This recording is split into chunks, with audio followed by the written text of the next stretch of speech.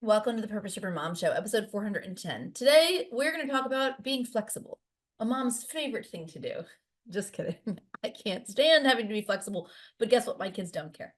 They don't care about my schedule or my plans or my work or what I want to get done. So I want to give you some tips now that we're in the summer on how to navigate the unexpected, the stuff that just kind of pops up. We'll talk a little bit today about proactive strategies versus reactive strategies and how you can maybe reframe the way you're thinking about it. Because here's what I know about summer. It can feel super duper stressful, right? Summer can be one of those times where you feel like you have everything under control, but maybe you don't. All of a sudden, the kids are home. The schedule has changed. We were going to go on this trip, but now we're going on this trip, and I'm not sure where to go from here. I want you to go into this episode with an open mind, all right? I want you to go in thinking, what can I do to be more flexible while also enjoying my summer? Being able to adapt in the summer is going to keep you calm. I know that we want to control everything, and I get it. I have work to do, right? I told my kids, Mom is working this summer. My work schedule is just going to look a little different. So I'm pretty much keeping my meetings, and the other times I'm going to keep off. So I will be working Mondays from 9 to 12. I will be working Tuesdays from 11 to 3. And then I will be working Fridays from 12 to 3. I'm trying my best to keep Wednesdays and Thursdays off if I can. My kids are going to camp some weeks. They're not going to camp every week. And then also on top of all of this, we have a couple of trips. We have 2 trips planned. So there's a lot of moving parts. And this requires me to not be married to the schedule and the routines that I stuck with during the school year. And that can be mentally challenging. So can we talk about that elephant in the room, put it out there now? I want you to enjoy your summer, right? Like I want you to feel empowered to have a good summer while simultaneously working on your goals. But when you're holding tight to your chest what you think your schedule is supposed to look like, you will get very frustrated. I remember during the pandemic when everybody was home, I was getting so irritated with my entire family because I'm trying to work and this is the schedule I want to have and this is the time I like to do things. Fast forward, my husband, he's been working from home. If you've been listening for a bit, he got in a car accident on Christmas this year. He didn't have a car for like 3 months, so he worked from home in my space. I was like, this is my space. This is where I like to work. It was really frustrating. And I found myself getting annoyed because I wanted things my way. With everyone home this summer, you can plan and make routines and things like that, but stuff is still going to pop up. So I just want to encourage you as you go into the summer, allow it to pop up. Know that just because your schedule doesn't go the way you want it to, just because you don't cross everything off your to-do list, just because you had a plan to take the kids to the pool this day and it rained, right? Like that's going to happen. It doesn't mean you're a bad mom. It doesn't mean you don't know how to make a schedule. It doesn't mean you have to burn everything down. You ever have those days where you're just like, screw the schedule. Like I can't even care anymore. You can get back on track, which is kind of why I love time blocking, right? Like you could do it in little chunks so you can get back on track after each time block. But I just want to encourage you and let you know it's going to happen. You're going to have the times and the moments where it doesn't go perfectly and stuff will change. That is okay. So today, you and I are going to sit and talk about how do you preemptively get there? How do you get to a place where you can handle the stuff that happens in the summer when it throws you off? And what do? How do you get back on track when you had a work task list maybe, right? I don't know what your work schedule looks like in the summer, but I'm still working, right? I'm still showing up. And the schedule I gave you, that's just like, that's when I have calls. So I'm going to try to do my calls. And then in that chunk, I'm going to sit and work at the computer so I can turn my brain off, sit by the pool when I want to. But I'm going to have more work to do some weeks. I'm going to have less work to do. My kids might get sick. Something might happen, right? The weather is going to be a big one for the summer. So let's talk through it. Okay. So let's talk about weather first.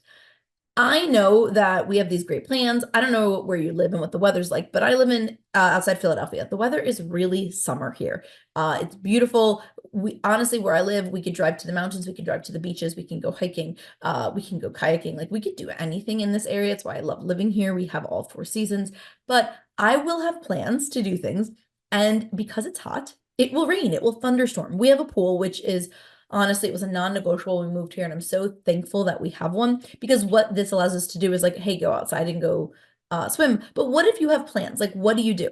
I'm going to suggest that you proactively make a rainy day list now. So I made my kids an on-board list for the summer. And this has all the things that when they come to me and they say, I'm bored, if it's not tech time. So one of the things that really helps me working from home with them home in the summer when they're not at camps and things is having a time block schedule for them so they know when mommy's working, when mommy's not working. We have a couple boundaries and rules. You might have heard me talk about these before. Closed door. If my door is closed right now, it's closed, even though out of habit, no one is home. But if it's a closed door, that means you cannot come in. Right? Mommy is recording or coaching or things like that. If the door is open, then you're more than welcome to come in while mommy's working. Okay, so that works for us. But we also pre-identify when they can have their tech. I put timers on all my kids' tech, except the television. We have a code on ours because I don't want my kids on YouTube. It's just a thing in my home. No shame or whatever if you do, but they're not permitted on YouTube. So we have a couple of channels that have codes on them. They have to ask for the TV to be turned on. But I'm not anti-TV. I'm not anti-tech. My kids have tablets. They have TVs. They have a switch. But we say this is when tech time is versus not tech time. And that really helps the one asking all the time. But I also made them the on-board list. So when they are coming to me, and it's a regular time, maybe I'm working, maybe I'm not working. Like I'm finally at the point where I don't feel like I have to entertain my kids. I remember, oh my goodness, when my daughter, and she was a baby, I would just sit and stare at her. Oh my gosh, like, what is she doing? What is she doing for hours? Because I was afraid to leave the room. My husband had to be like, you can leave like her alone in the room while she's like taking a nap. Like it was first time moms, you know what I'm saying, right? So I don't have to entertain them. So maybe I'm doing something, working on one of my goals. I'm out in my garden, whatever. I make an on-board list to help them out. What if you also proactively make right now a rainy day list? So say we had plans to go to the park. What are you going to do if that plan gets canceled? And this can work for changes in weather. This can work in just canceled plans or impromptu outing, like anything that changes it. Having this list in advance can help. So we're supposed to meet up friends and go to the Lego place, or we're going to go to the playground or the library or the amusement park, or it's raining and we can't do these things anymore. What can we do instead?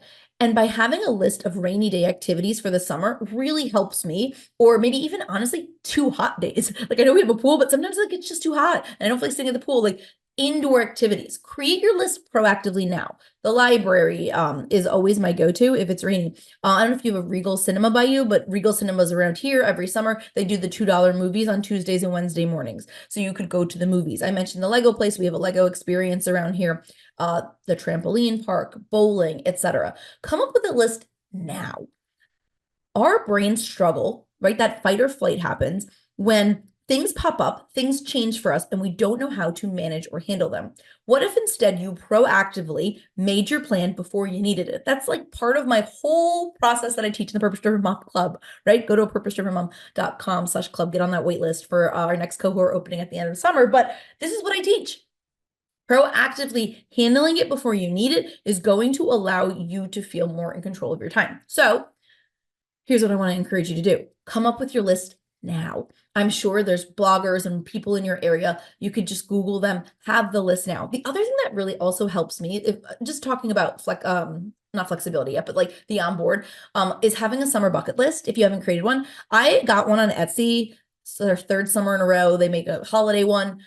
It's beautiful. It's a calendar. It's like $15, oversized, and we can plan our summer out. And it has a bunch of just simple, not always expensive things like getting ice cream or building a sand castle or going to the playground, taking a walk, bubbles, chalk. But it also has like go to the carnival or, swim at the lake. I don't know, stuff like that too. And it always gives us some ideas. So creating that bucket list now will allow you to be like, all right, well, you know what? Today we were going to go to the beach, but the weather really isn't here. Why don't you go look at the list and pick something else you want to do? This way you don't have to do all the mental labor, but also they can feel like they're part of the choice. And then you're not being like, oh my gosh, what am I going to do? Right now, the other thing that I want to talk about though, because you might be working from home like me, is like, what do I do when stuff gets extra with work? I mentioned that I have my work hours planned for myself. I will work outside of those. Now, the other thing I will say is those are my planned work hours, but my kids are also signed up for camp 5 weeks this summer. So I signed my kids up for camp for 5 weeks, not up for camp for 5 weeks. It actually might be 6 and 4. I think it's 5 and 5 this year again. I love this because I don't want them at camp every week because I want them home. I want to go to the beach too. I want to sit at the pool. I want to enjoy time with my kids. Our school year is so full and we love the way it is, but I want the time off with them as well. So the weeks that they're at camp, I have already pre-planned my tasks. I'm moving. That's my push week. If they are at camp from 9 to 4, you better believe I'm going to maximize it. I still will probably take Wednesday or Thursday off because I enjoy time off. One of the things I made for myself this year that I've kept, I would give myself a B minus on it, is Thursdays off. I wanted to give myself one day off so that I could go do appointments, have coffee dates with friends, and things like that. And I typically stick with those. Now, today's Thursday. I'm recording this podcast episode. Why? Because I'm going for coffee with a friend tomorrow on Friday morning. I just moved things around. So I still want to have time off, but there will be times where I need to work outside of my planned, scheduled, however you want to say it. It's funny when you make your own schedule. I'm like, schedule, but planned work hours. No, I picked my work hours based on when I have calls. So Mondays, I have 3 calls back to back from 9 to 12. So that's perfect. Tuesdays, I have 2 calls back to back, and Fridays, I have 1 call. So I picked my work around the stuff I cannot change.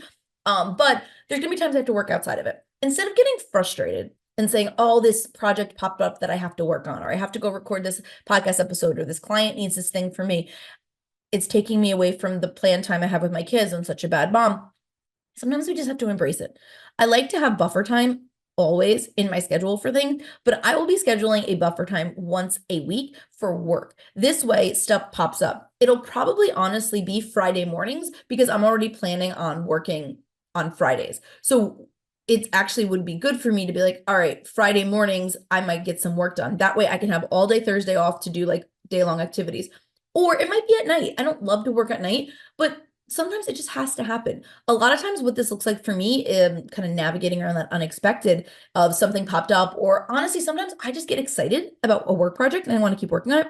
I'll take my computer outside and I sit and work at the pool, or I'll work. We have like a little patio table. My kids, thankfully, the summer's going to be so nice. We are at the age where they can both stand in the pool. We have a very large above ground pool. It's 4 feet and has a deck all around it. So kind of like has that in-ground pool feeling.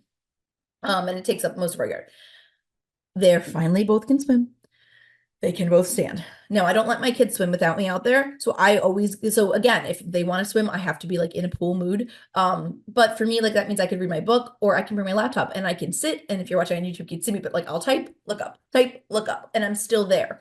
I can do that. So why don't you come up now with proactive times? When would be good for me? All right, well, on the weekends or when they're at camp, maybe my buffer time might be, all right, well, they're at camp this week, but I want to take Thursdays off because that's like my typical goal. You know what? My buffer time is going to be Thursday afternoons. I won't take the whole day off. So if I don't finish something, I still have that time. It allows me to proactively plan.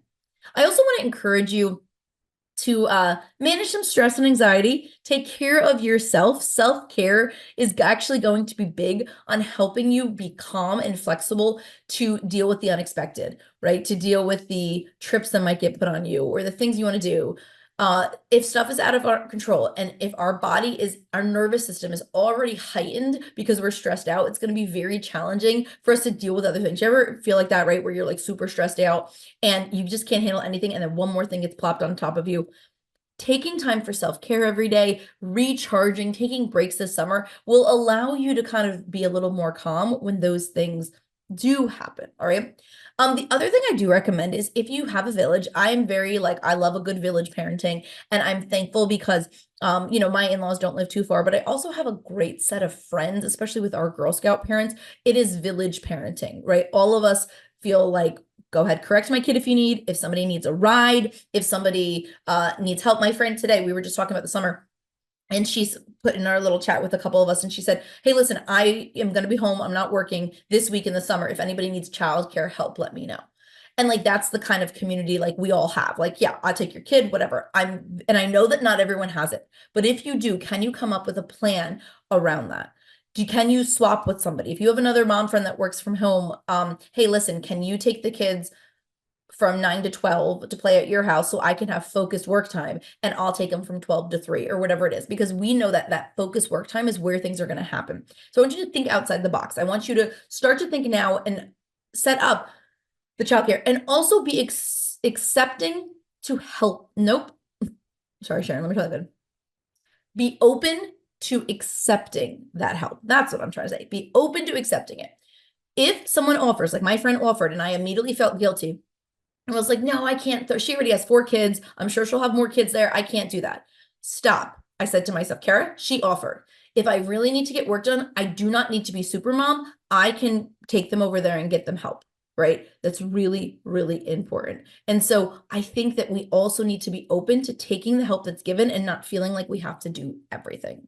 As we kind of close out this episode, and again, all show notes are going to be at purposedrivenmom.com/podcast 410. I want to encourage you to think about these unexpected things that pop up that might challenge you this summer as just that, challenges and opportunities for growth. This is an opportunity for you to change your narrative. I am a very serious, structured, rigid person. Like that is my personality. And it's so funny today. I was within my esthetician and I said something about being very serious. And she's like, you seem so lighthearted. And I was like, okay, thanks so much. I struggle. I try really hard. But I just want to encourage you that learning to be flexible over these past few years, giving myself grace when I couldn't show up for my goals perfectly, when everything didn't get crossed off, when, all of a sudden somebody calls and they're like, hey, I'm in town and I have to move my things around, has helped me feel just a lot better. And it's kind of shut that inner critic up in my head about you have to be perfect or it doesn't count.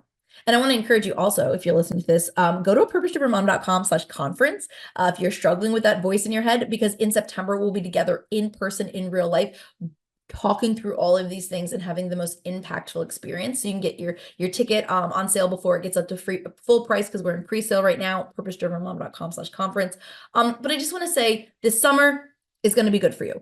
Think now what you need to change, what you need to fix, what you need to proactively plan. I think it's going to help you. Thank you for listening today. Head over and give the podcast a rating or a review. It's been, a 5-year incredible journey with the Purpose Driven Mom Show, and rating and reviews help other moms find our show. So I appreciate you for listening. Have a wonderful day. Enjoy your week this week and do something for you.